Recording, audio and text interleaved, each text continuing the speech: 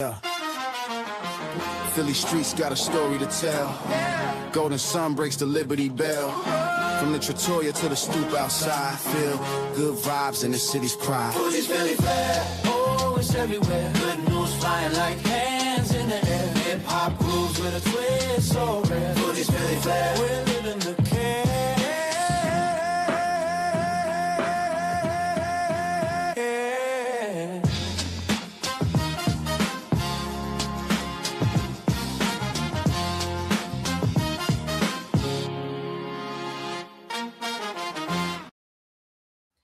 Good evening, everybody. Welcome to another episode of Fuji's Philly Flair. Happy Wednesday. Hope everybody's recovering from St. Patrick's Day, especially today. Tonight, I got the face of the Philadelphia sports fan in the house, Mr. Jamie Pagliei, the Philly sports guy, the man who represents Philly to the fullest. And as I bring them in, everybody get your questions. For those diehard Philly sports fans, you ain't going to want to miss it. Jamie, Philly sports guy, welcome to Fuji's Philly Flair. I've been pumped for this interview and finally got you on. How are you?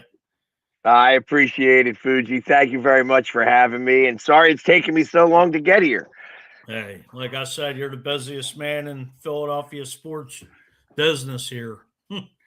I'm trying. It's you know what? At least there's good things to talk about. You know, I remember the 80s and the 90s. It wasn't as fun. No, it wasn't. Especially, I mean, we could do a whole show about those days. Exactly. So, now that the birds are, you got the free agency kicking off, you got the draft in a month. What have you been up to? So I thought normally, like once the Eagles were out, like that I get a little bit of a lull time, and at least that's how it's been in previous years. It has not been that way this year. It has been very busy going on. Obviously, the state of Pennsylvania is the hub of the sports world this year, Right. mostly because we have the semi-quincentennial celebrations of 250 years on July 4th. And, between the draft being here in Pittsburgh, the PGA championship being here, the World Cup being here. And of course, just like everything else that's going on, we're going to have the All-Star game for the Phillies. And then they're going out to go play in the Field of Dreams. Right. So it's just like there's so much going on and there's so much preparation for that. And so I have been very busy. First question is, how does it feel to be the face of the Philadelphia sports fan? I mean, you were everywhere. You were, 5 for 5, Union, Eagles, Phillies, Flyers, Sixers. Like, how do you just do it? First off, obviously you have to be a sports fan. Right. And I have always been very loud in just what I do, the way I cheer and things of that nature. So, and I've always been around the sports. So like when I, at 14 years old, I was working at the Spectrum. I was working at the Vets as a busboy. So I would work in the restaurants and such, but I would be able to take in all of those games because of that. Just like we'd walk in and just, once my shift was over, you just go walk outside and you're there at the game. So I was always around sports. Right.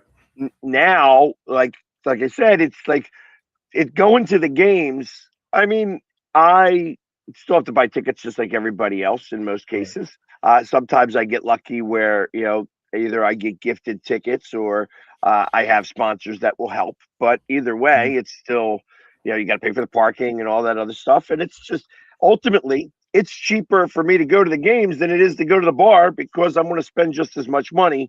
I get to enjoy it a little bit more. And ultimately, everybody else also enjoys it. Right.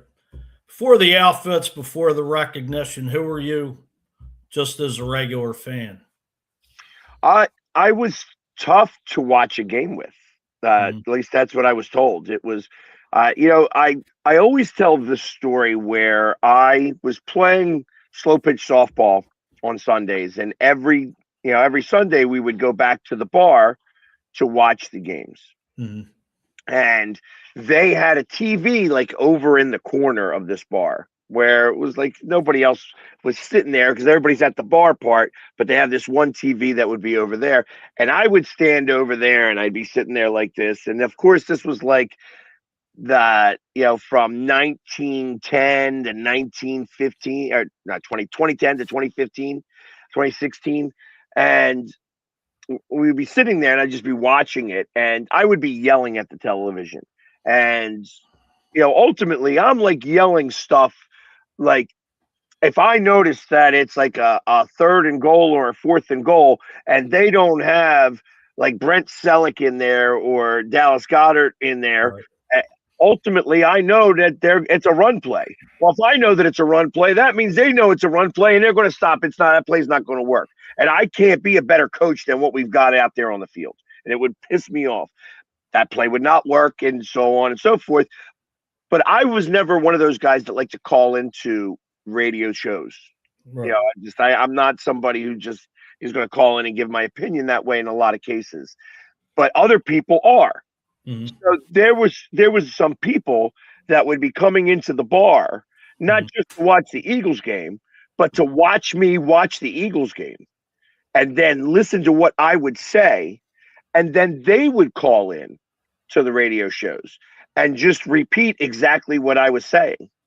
And it would create, content, I guess, for them, or they would get answers to the questions that would be like, it would actually act like they actually had second level knowledge because it was, when you sit there and you watch these games and there's certain tendencies that you pick up and I see it very quickly where some people don't always see it that way, so right. When I start yelling about it, people hearing it, and then they would call in and use it as their own take.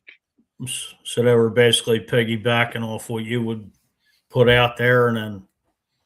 Yeah, but I wasn't using it. I was just right. Yelling it out there. Yeah, I wasn't calling in. So right. I mean, it's theirs to use.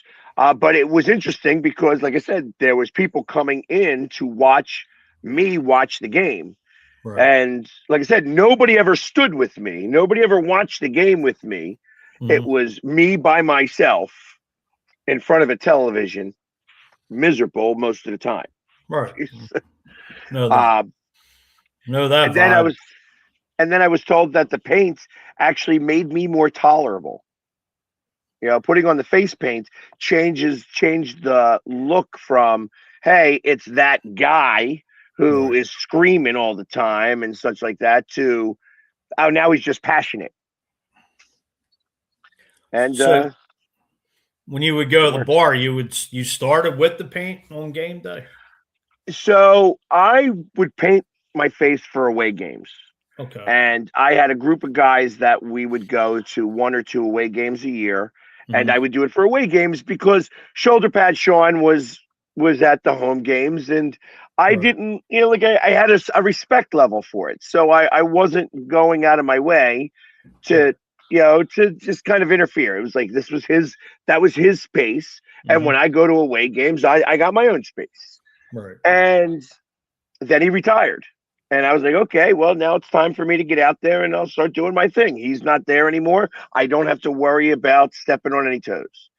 And then he came back out of retirement, which was great. I mean, how do you, mm-hmm. you can't retire from being a fan. And right. the way that you fan is the way that you fan. It's not anything different. I feel like that I wish that there were 1,000 of me out there because there's room. There's always room for other fans.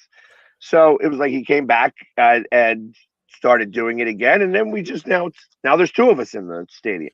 Right. I mean, I've known you 5-6 years now. We've gone to games, I've taken pictures of you. Super Philly super fan, Tony Tornado Panicale. You see the Philly captain, a couple years ago with the Trey Turner episode on Netflix, and Sean, as you mentioned, just you guys just being super fans, and I've been friends with Tony since 2010, 2011, and taking a ton of pictures of him as well. And I was hoping one of you guys would have given me the job to be the photographer, but I tell you, it's not simple. Everybody thinks that I take a lot of pictures, but right. I am using their phones. So Right. they're taking a lot of pictures. Right. I don't take a lot at all. You know what I mean? No, I know. I'm just doing my stuff. But it's Now, being the photographer is tough. Anybody I usually go to the game with right. has to work. Well, I mean, hey, I witnessed it firsthand for both of you guys, you and Tony. So, especially, just being right there. And, I worked at the Phillies for 17 years. So I know how it was, dealing with folks, before the game wanting to take a picture after and whatnot. And, it is fun, interacting, being a game day employee as you were with the Flyers, as you told me before, just that camaraderie. And let me ask you this. What flipped the switch where you said, I'm just going to show up different? So when it really was the playoff game in 2019, really, against after the double joink, we then had the game against the Saints. The Saints. Actually, that's when Alshon Jeffrey, the ball went through his hands. Yeah. And ultimately, I got a lot of television time because of where I sat, and I was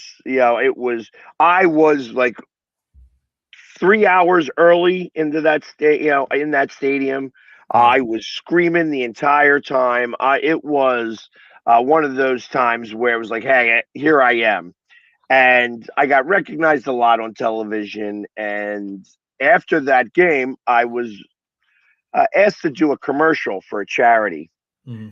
And the production company was like, wow, like your energy is amazing. You're like the Philly sports guy. We should try to do something with this. And then they sent me out to the draft. And I had been to the draft in Philly, but it was not, what am I going to do with the draft here? Like, it's like, I'm not that draft guy. I don't know anything about the college players or anything like that. Mm-hmm. They're like, nope, you got to go. If you're going to play this guy, you got to go do it. And I go there and I bring a microphone and I'm interviewing people out on the street and just doing all my stuff. And it kind of became a thing. But it was like I was still all Eagles, and it's like I can't be just the Eagles guy. I have to be all the teams. And that's where it was like, okay, I think that my look could change with the colors of the jersey. And that's where that came into play. And ultimately, it started to become a thing because in the middle of May at a Phillies game, there's nobody else that has their face painted. Right. So when you're there at a game against the Mets and you're yelling at Mets fans, it's like all of a sudden it's like, okay, now you got all this, hoopla going on. A camera finds you. Right. And that's what it was really good at. I was really good at having the camera find me just because I was always loud. I was just cheering the way that I cheer. And ultimately it's, between the social media and going to enough games, it's become a thing. Right. And if nobody liked it, I couldn't do it. So I appreciate everybody who enjoys this. It's part of the fun. No, it's phenomenal. Got a couple of questions coming in from my friend, colleague, Sean Kilrain. What's up, guys? Thanks for checking in, Sean. He actually has a question. Sean saying the Red Rifle is coming to Philly, as we got into before we came on the air. And what's your take there, Jamie? The Eagles' newest acquisition. Like I said, I think that is either because they don't have as much trust in Tanner McKee, Mhm. or that they are about to trade Tanner. Uh, I believe like his last game wasn't the best showing, but the games Right. before that he did really well. Mhm. And there's a piece of me that believes that under the right system, he could be. He's definitely a starting quarterback in this league, and they may be able to get a third round or a fourth round pick for him. And if that's the case, picking up Andy Dalton for a seventh round pick is nothing. Right. That's really. I mean, with seventh rounders, I mean, obviously there's some Jordan Mailatas out there, but they ain't Right. many. You know what I mean? So it's most of the time you're taking a shot in the dark when it comes to that. Got another question coming in from Sean here. AJ Dillon is gone, went to Carolina. Tanner is getting traded. Sam Hale to Dallas. Yeah, AJ Dillon. I liked AJ. He wasn't utilized here, so I think I understand why he Mhm. decided he wanted to move on. He still got a lot in the tank, and really he didn't. What did he touch the ball? Maybe 40, 50 times at all Right. this past season, if that. So I mean I wish him the best out there. Tanner, I believe, is getting traded. Right. I think that's why they decided to bring you know the rifle in, just because they're going to need a quality backup, because you need a guy who can be able to come in at a Mhm. moment's notice and keep the team on track. Another comment coming in from Sean. Oh wait, hey, wrong one. Darn it. He said, "You will." Tanner goes to Arizona. You watch. I think that we were talking about it a little bit. I know that the Jets were more Mhm. interested, which I'd feel for him if that was the case, because the Jets are just where quarterbacks go to die. Uh, Right.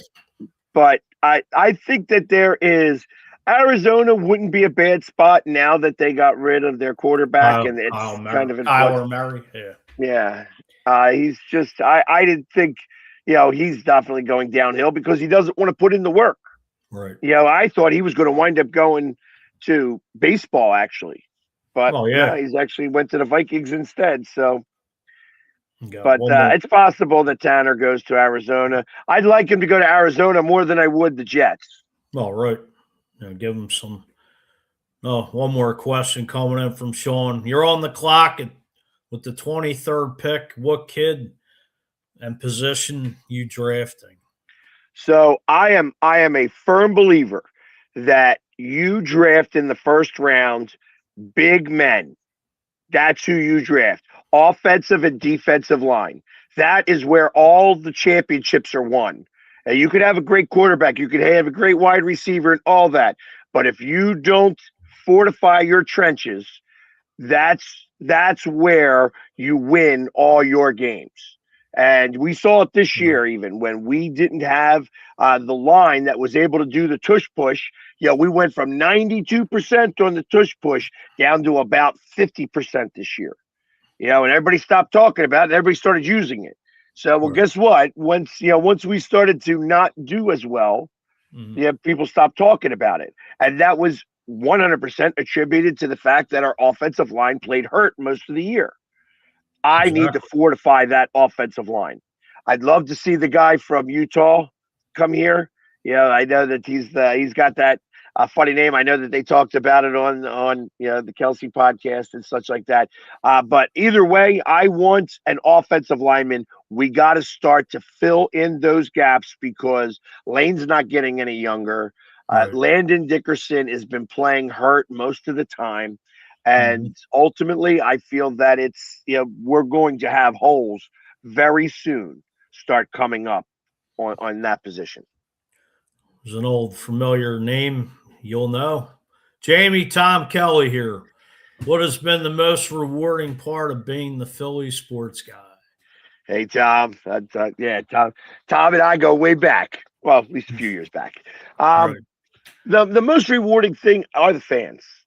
It's I know that this isn't everyone's cup of tea, and that I definitely have my haters and detractors out there. but it's the fans and the joy that they get by seeing me. The players aren't as accessible as they used to be. Like it Right. used to be that there was ability to, like, they would come over and sign baseballs and Right. interact with the fans some, and the more money that these guys have been getting, the less interactions that they have been doing. And that's not what sports is about. Right. And me being out there, they feel connected to me. I am one with them.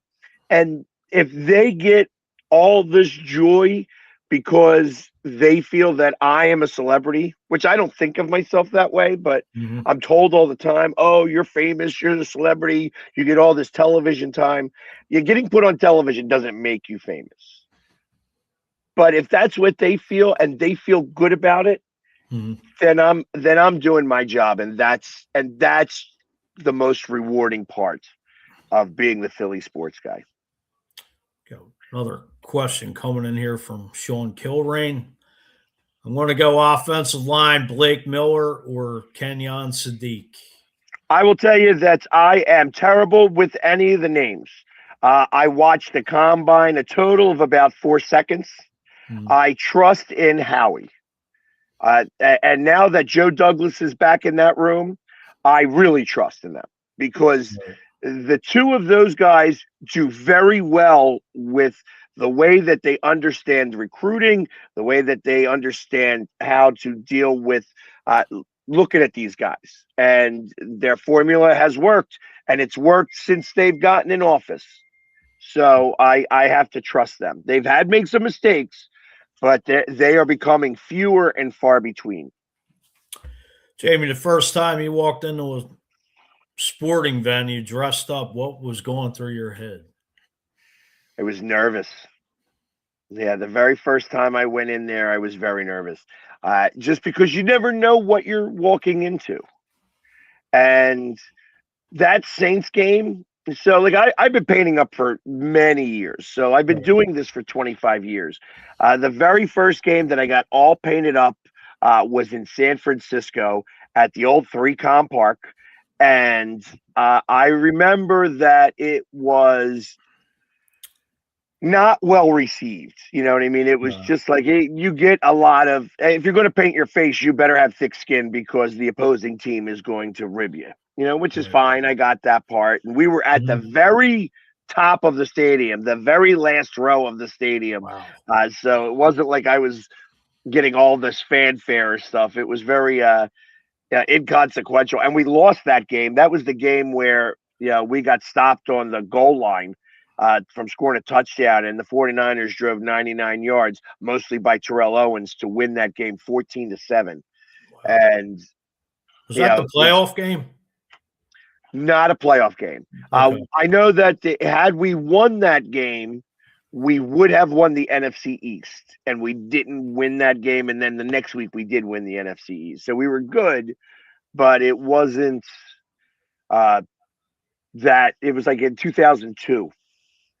Okay. Yeah, because that was, the Giants were giant, remember that year it was like the changing of the guard where the Eagles finally beat the Giants after that drought for so many years. And, so it really started the, 4 NFC championship games in a row. Right. Yeah, because even exactly, and Howie we trust. How can you not right now? I mean, obviously we have had, uh, we're the first time that's been back to back NFC East champions in 20 years since we did it for 4 years in a row. Right. I feel that I keep telling everybody I hope that Jerry Jones lives forever because I love what he's doing with his franchise down there. And as long as that continues, I think that the Giants are stuck in their ways, and because of that, they are getting better players, but they're not improving their franchise. And I have I am not the biggest fan of the ownership of Washington. Uh, so that actually brings up a whole nother can of worms here in Philadelphia too. So No, well, I totally agree with you there. It's like seems like the Sixers and the Jersey Devils have become a stepchild to Josh well, yeah, Harris. because they got a brand new toy, and Right, that's what it became. And they don't care. They don't right. care. All they care about is money. And I'm not a fan of that. It's like you got to put a good product on the field or on the court, and you have to stand behind it. You want to charge all this money, all heavy duty on the concessions, and all this stuff, and you think that you can just be okay with allowing what's going on. That's why basketball has really declined in my eyes because the Yeah, inmates run the asylum way too much now. big time. Jamie, I'm going to shift back to just you being transformation from Jamie to the PSG. Now, I've always been curious to ask you this myself. Like, how much makeup do you buy? Like, if I may ask. I spend probably somewhere in the neighborhood about $600 a year on makeup, and I go through a lot of it. It seems now that last year I went to 136 games and put makeup on my face for I think 240 days of the year. Wow. That's a lot of days, but it's my job. Hey, listen, I Right. signed up for this. You know what I mean? Right. It's not like I'm complaining about it at all, but it's a lot. And so I spend the money on the makeup for a couple of reasons. When I put it on, I want it to stay on, but Mhm. when I want it off, I want it to come right off. And like when you use some of the cake makeups or some of the Halloween makeups that you buy, that will leave like a ghost, as I call it, on my skin and such. So I spend the money, and it's worked for me really well. I came across this picture today as I was, doing a little research. And here, you and Tony, which I just happened to find. And can you talk a little bit about, picture you and Tony Tornado Penical, I, which I thought this was pretty neat. Somebody designed them, and I thought that was amazing. It's funny because as you show that, I have right up here a little one as well as an Eagles guy. Okay, nice. So, um, that's part of the fun of some of the things that I've had the ability to be a part of. I have become pumpkins. Yeah, they designed pumpkins for me, and Nice. also have done the Christmas ornaments. I was on one of the pins for I guess the Cooperstown pins Mhm. for little league kids, and I'm like, wow, Nice. that's it's kind of interesting that people have really taken to it. That just kind of tells me that they enjoy this, and that's what makes it all the better. It's the fact that somebody spent the time to make that face paint on a Lego is That's awesome. awesome. Well, yeah, not many people can say, they get their face, painted on, Lego. I mean, that's actually when we met up in Minnesota at that bar, I know it was me, you, my friend Eric, Yep. Gail from Fourth and John, your Yeah. girlfriend, and Chris, Nady in the back Nate, over there. yeah, and Prime. Prime, my which I think that was after the game. We were hanging out. That was a pretty neat bar though in Minnesota. I Yeah. forget the name of it, but You know what? I like going to the local dive bars yeah. when I go to these opposing cities. You get you get to find out how the people really are around there. Hmm. And it's like I understand I come in wearing a different color. Most of the time, like I said, most of the time I am not in face paint unless it's actually a game day or I Right. have an appearance somewhere.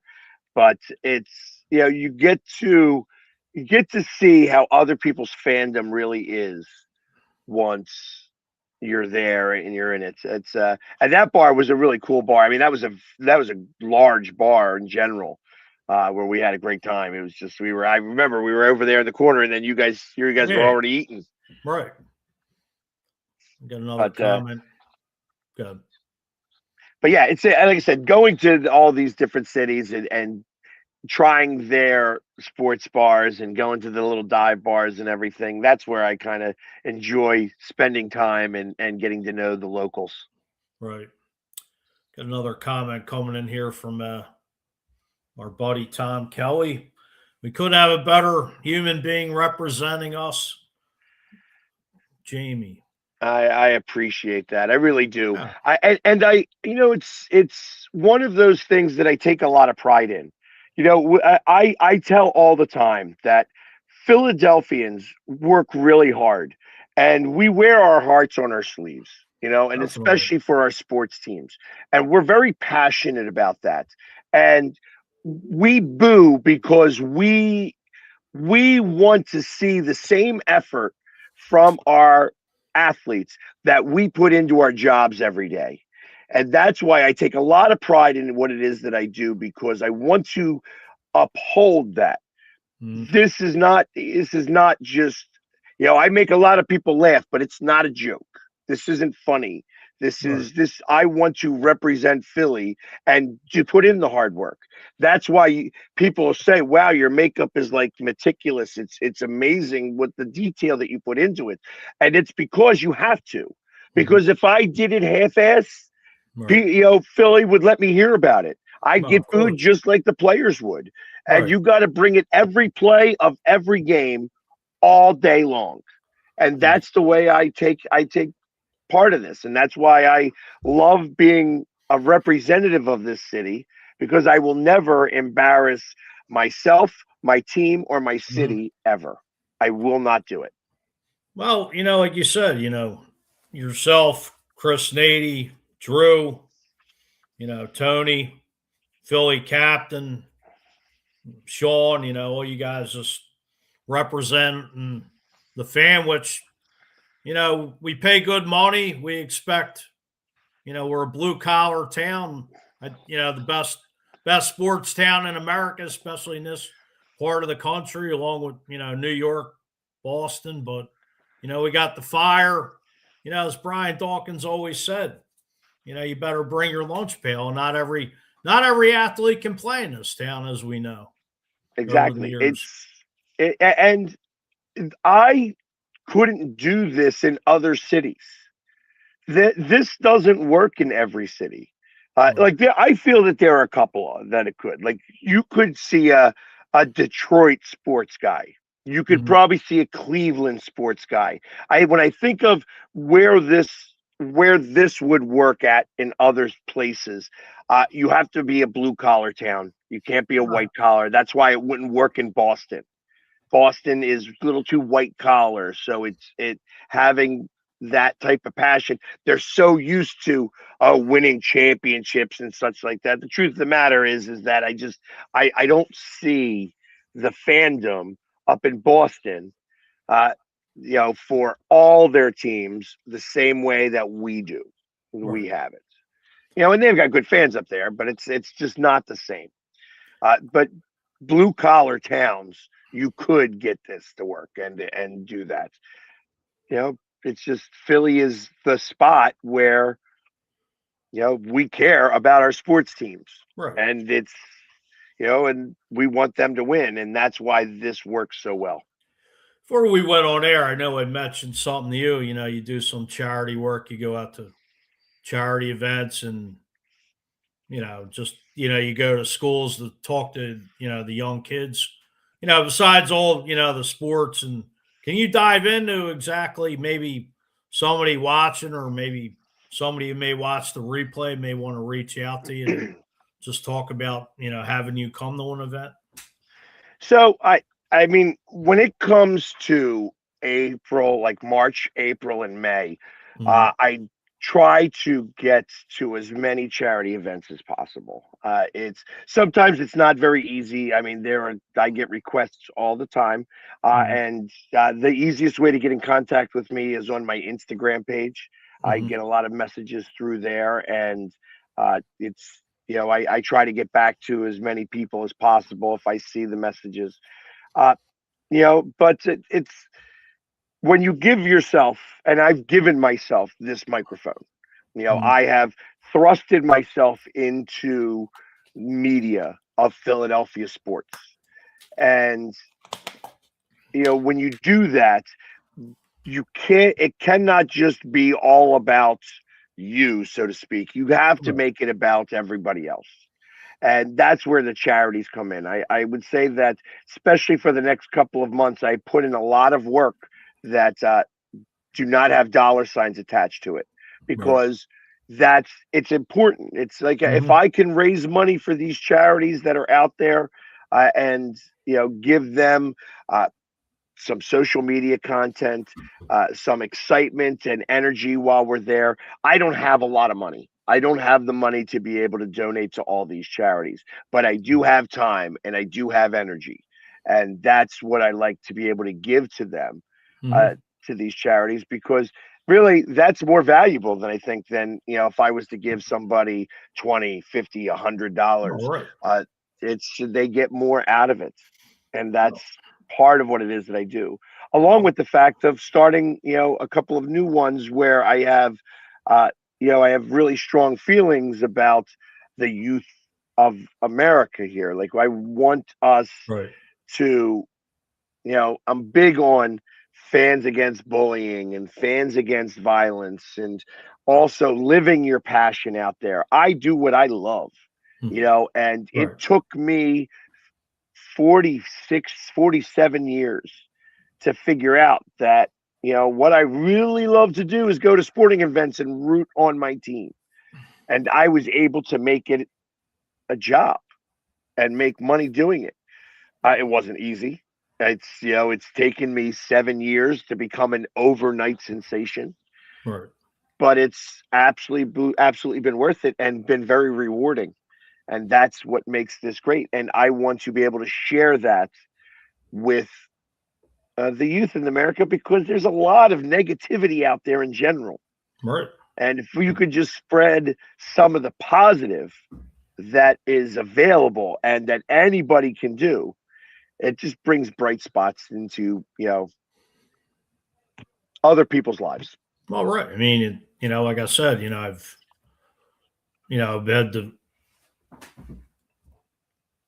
being hanging out with you, seeing little kids come up to you, personally taking a picture for them. And, it's like, you brighten up these, you know, kids' day and, whatnot. And also another thing, a lot of people that I know about you that want to thank you for your service in the Navy.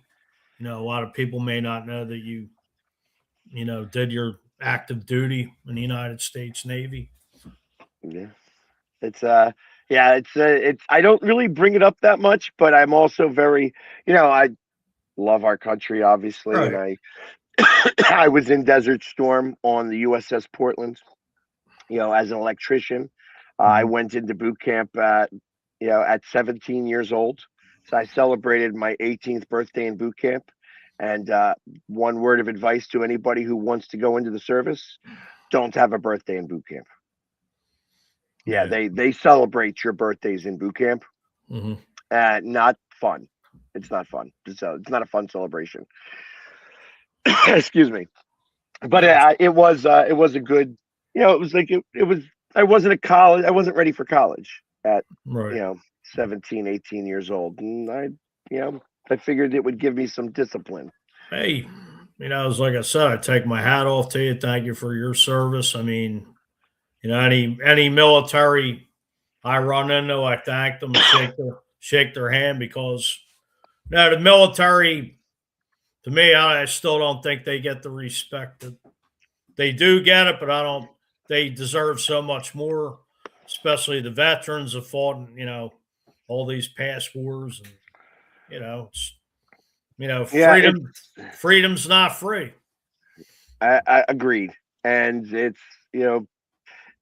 the one thing about the veterans that I will say is that I, it's always, it's always interesting because when you get thanked for your Mm, service, veterans get humbled that they don't know how to respond because it's like, yeah, how do you say? You say you're welcome. Do you thank them for thanking you? It puts them in a little bit of an awkward situation. Uh, but it's appreciated. right. They do appreciate it. So if you have the opportunity to do it, definitely do so. They may feel awkward about it, and Mm, sometimes it's just because they just don't know what to say. Uh, they appreciate you thanking them though. So I would tell everybody out there, if you know veterans, thank them every chance that you get. It's like I said, they do feel that, and sometimes they actually need to hear it. Some of these veterans out right. there are really suffering from PTSD. I know that you're doing some work with mental health and men's health and such, and Right. there's a lot more of that out there that's absolutely necessary and needs to be made aware of. Well, it's like you said, man. Thank you for the acknowledgement. It's very strong today because it's like I talk to people our age, and life wasn't this fast paced 20, 25 years ago.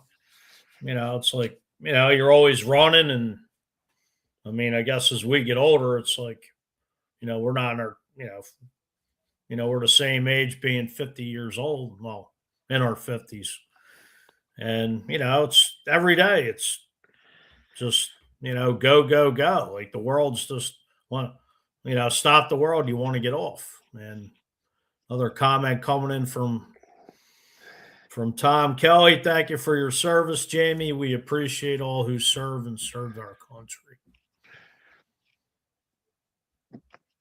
I appreciate it. Thank you. See, it's always awkward.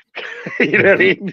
Hey, So, but I that's mean, the way it is. But you know what? Like I says, I spent 3 years and I did nothing. I have right. one of my best friends did 3 tours of Afghanistan, 2 tours of Iraq, and Wow. has seen things that I don't wish other people to see.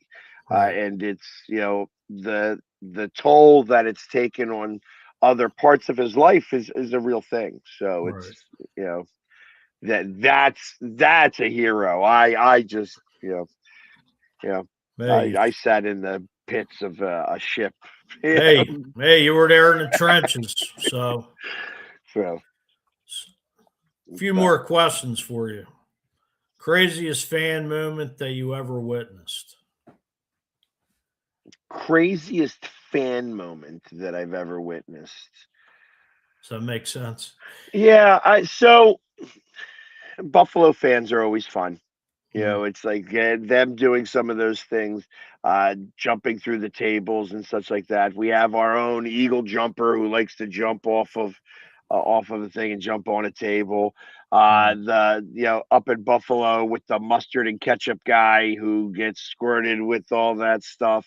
Wow. There, it's like watching that happen is it's a little out there.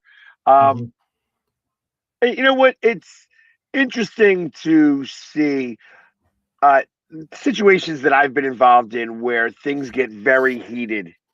And ultimately, when somebody with a voice of reason steps in a little bit and calms it down, and then immediately the two people that were fighting kind of become friendly, Right. afterwards. And it's those are interesting because everybody's got the passion. Right. Uh, but sometimes it overflows, and you gotta let's just bring it down a little bit. But those are the most outlandish things that I've seen. Like it's always in Buffalo for some reason. No, I mean, the Bills Mafia and the tables. It's like our version of old school ECW in South Right. Philly. Exactly. My next question is: do players recognize you now? Yes. Yes. And I will say that. So, for instance, like Cooper DeJean, Hmm. I run into him all over the place, and he knows me now pretty well. It's Right. like he calls me Jamie and such. And the good thing about something like that is that he's gone past the face paint. It's Mhm. so difficult for the athletes to get past that, because Right. when they see me, and they don't know me, they immediately think they have to be on. And I get it. You know what I mean? It's like I tell people all the time, when you paint your face for a living, you better get the joke. You can't take yourself too seriously. And Right. until they see me without the face paint, Mhm. and they know me as a person and not the Philly sports guy, it becomes, it's challenging for them. So they know me. They talk about all of us, actually, because they think we're crazy. You know, Right. we're not getting paid to do what we do. We do it for the love. And they all talk about us. And I've heard some of the stories that we get brought up about. Um, but it's like it says, I kept my distance to a certain extent because I don't want to make them feel like they have to work when I'm around. Right. Next question. One player you'd bring back to Philly. One player I'd bring back to Philly, or just have playing Philly. Mhm. I am. I wish I could bring back some of the old Flyers. I would Yeah. love, I would love for like a Tim Kerr and Rick McLeish and Mhm. those older Flyers to be able to be uh, on this team. It's All like right. I love TK. I love him to death. He is not the goal scorer Mhm. that we need. We need an actual goal scorer. He's going to put in 30 goals, and I appreciate everything he does. He is absolutely needed on this team, but we don't have the guy who can make the difference. And Right. I really wish, like, Eric Lindros was amazing. Needed to keep his head up a little bit more, obviously, but Right. he was amazing when he played here. And I would love to have that caliber of player here Right. still. What is your favorite interaction with fans? It's just a big, I love it when I hear the stories of people that'll take a picture with me. Mm. They send it into their group chats, and the other people in the group chat send back a picture that they took with me in different paints. And then ultimately you'll have like 5 or 6 pictures, different pictures of me in different paints, with a different person in that group chat. And that's really, that makes me feel like that they not only enjoy this, but it's, that they get, it's exciting for them. Right. And the fact that they're sharing a picture that they took with me. It's like, and I tell people all the time, it's 30 seconds that I may not remember, that Mhm. they never forget, that makes this all worthwhile. Right. What does Philly sports guy mean to you personally? I look at this as I feel like I'm like the living caricature Mm. of the Philadelphia sports fan. That I am passionate, that I am, you know, I want to be able to represent Philly and everything that Philly stands for. And I know that we don't always get the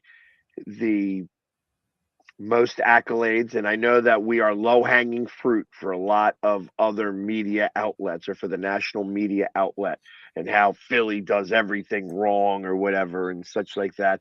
And I am doing my part to be able to make sure that that narrative doesn't remain.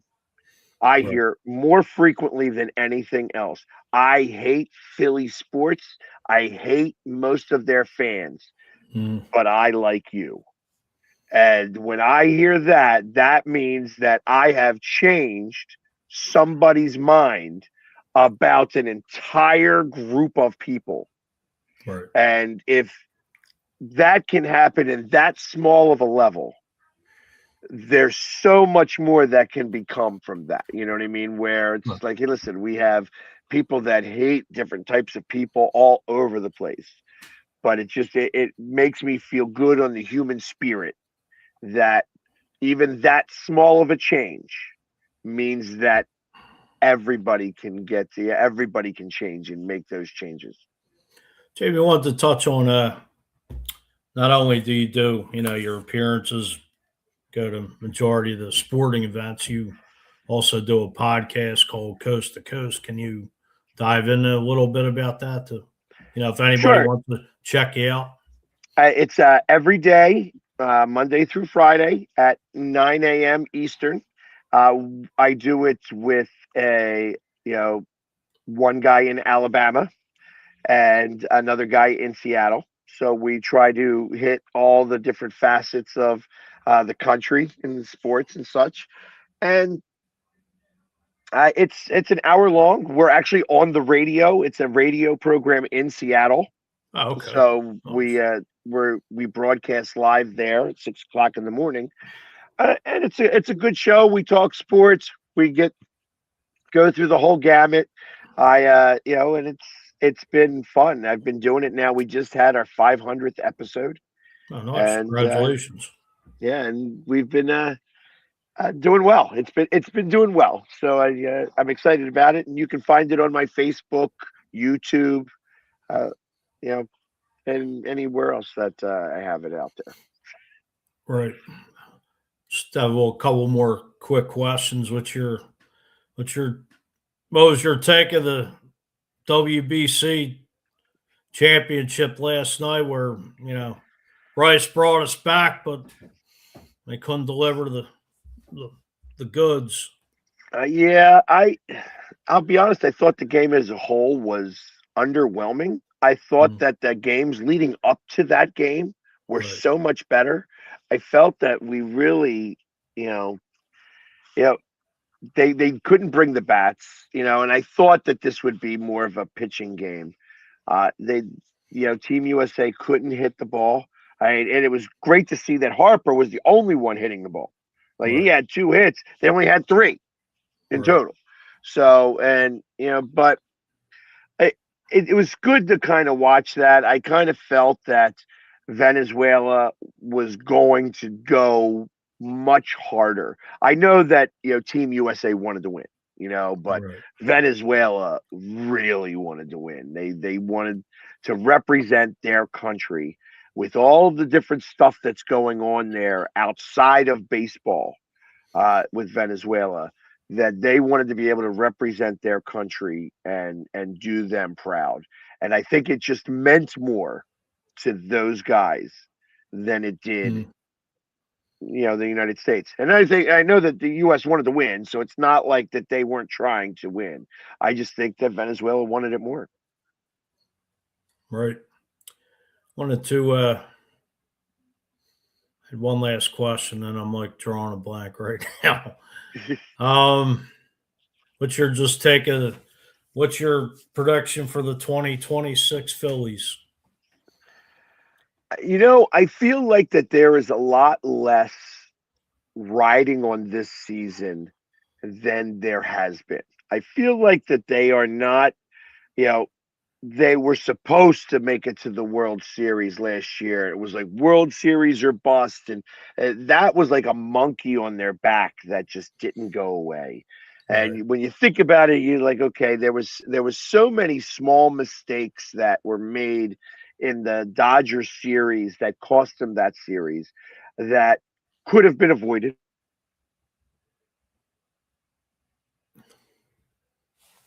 Think. To have that expectation Mm. as much anymore. It's not, they aren't expected to go to the World Series and win it. And because of that, I think that that's going to fuel them better. I think that without that, feeling that burden on their backs, that they're going to play a lot looser. No, I think the whole, Dombrowski, Bryce Harper, last night with that 2-run Bryce bomb. I just think Your I freak think up he's there, Fuji? yeah. Hear me now? You there? Yeah, can you hear me?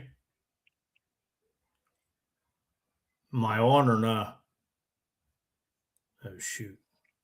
Hold on 1 second. Am I there? Hello? Can you hear me now? I can now. Yeah. All right. Now I Yes. was saying, I'm not gonna just the whole Dombrowski Bryce thing with the Bryce bomb. I just think he's gonna play with a chip on his shoulder the rest of the season.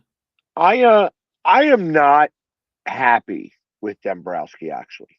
I'm not No, very I happy agree. with him. I thought that he is not the same guy that they brought in 2008. You know what I mean? I Like, I agree, know, yeah. like that guy, I guess it was Gillick, right? Pat Gillick at Not the time. Gillick, yeah. Yeah, he was a baseball mind, and he knew how to motivate guys through the media in interesting ways. Right. Dombrowski tries to do it, and he misses the mark sometimes. And I feel like that he doesn't. Yeah, I got to imagine he's trying to do something, and he's not able to get anything done with Right. any trades. And they like to hold on to guys a little bit too long in the minor leagues and such. And I need more production out of our general manager. That's what I want. I want more Right. production out of our general manager, and I haven't seen it yet. And that frustrates me a little bit. Listen, I know that it's hard. I couldn't Right. be the general manager of the Phillies, but that's what he gets paid to do. And Exactly. until he starts doing a better job, I'm going to be a little bit more critical of him. Oh, I agree. I mean, you need a right-handed bat, and now it's like, you got Boom, talking about cleanup and forget what's his name from Texas, but it's Who is not like I think they did Castellanos a little dirty. I I agree to feel that. like he was one of the only ones hitting in the playoffs, and he did it last year too, or 2 years ago too. You know Oh what I yeah. mean? It was like he was the only guy like who was dialed in. And I Mhm. understand that he goes hot and cold a little bit during the season, and Right. it seems that it's when he's cold, he's cold. But he was one of my favorite guys on this team, Ah, and the same way here. that they did him was not the best. And I know this year, because one, it's a contract year, but two, he's going to go out there and he's going to kill it out there this year, because it's that that's just what's going to happen. Now he's got a chip on his shoulder. All right. I agree. I mean, I think, I blame both sides. I mean, it could have been handled better, but, Phillies didn't have to wait till the last minute to let him go at the beginning of spring training. Yeah, that whole situation I felt was just Could have weird. been, It was it just could have weird. been, it could have been handled more better, I think, on both sides. But But and listen, like I said, my expectations on the Phillies, because I feel like they have less expectations. I think that they're going to go further this year. And mhm. I tell you, I hate the Dodgers. I hate the I Dodgers can't. more than the Mets. I hate the Right. Dodgers more than the Yankees. The Dodgers are the reason why baseball is going to wind up being shut down for, I think, 2 years. I don't think it's going to be just 1 year thing. I think it's going to be 2 years of a problem. Right. And, ultimately, with everything that they've got going, all these players that are taking these deferred contracts, the Dodgers are not going to have any choice. They're going to wind up declaring bankruptcy. And Could be. they're gonna wind up screwing all those players later on. Shohei Yeah. Ohtani is Mhm. going to wish that he had all those bets back, because he's going to, Right. he's not going to get paid that money that he deferred. Oh, And well, giving out these Bobby Bonilla contracts, as you said, right. So, these guys, these are billionaires that they know what to do with their money, but they also know how to manipulate the money. And like I says, I think that it's going to be interesting to see what happens and if baseball comes back next year or in 2 years. Right. Hopefully not. Hopefully it'll be settled. Well, PSG/Jamie, it's been a pleasure. I know we're right at the hour mark. I want to thank you very much. My pleasure, having you on. And matter of fact, before you go, I know your schedule's busy. You got to let me know. I've been in talks with Tony Pennicale and Joey I to have all three of you guys on at some point. I know those guys are good. I mean, we'll just go around the round table and chop it up, and that'd be awesome. I haven't seen Joey I in a minute, so I'd love to talk to him a little bit. And I just saw Tony down at spring training. Right. Will you be at the opener next week? Of course I will. I'll be there. So probably be out by Harry DeKay's, and we'll meet up and take our yearly Polaroid with Tony and such. Yeah. Like I said, I'm ready for baseball. Oh yeah, definitely. It's been a long winter. Exactly, and the Sixers haven't been exciting enough, and the Flyers are. I keep wanting to will them to the playoffs, but I don't think they're going to make it. No, it's just. But it's my pleasure having you on again. If you could just shout out to where anybody wants to reach you for a charity event, or you can plug reach out to me. I'm on all social medias. Either the Philly Sports Guy is everywhere, so you can definitely check me out that way. If you want to reach out to me and try to book me for anything, Instagram is going to be the easiest way to do that. I don't go on Twitter as much or anything like that, so that's going to be your best bet. Or you can go to my website, the phillysportsguy.net. Okay. I want to thank everybody for tuning in. Tom Kelly, Sean Kilrain, everybody watching. It's been a pleasure. As I say every week, mental health awareness is very serious. Check in on somebody, a friend, a relative you haven't talked to. We're all going through something. But anyway, for Philly Sports Guy, Mike Fuji signing off here. Hope everybody has a good week. Get out there, enjoy the weather. As I said, reach out to somebody you had chatted to. Everybody have a good night, have a good week, and God bless. And we're out of here. Yeah. Philly streets got a story to tell. Golden sun breaks the Liberty Bell.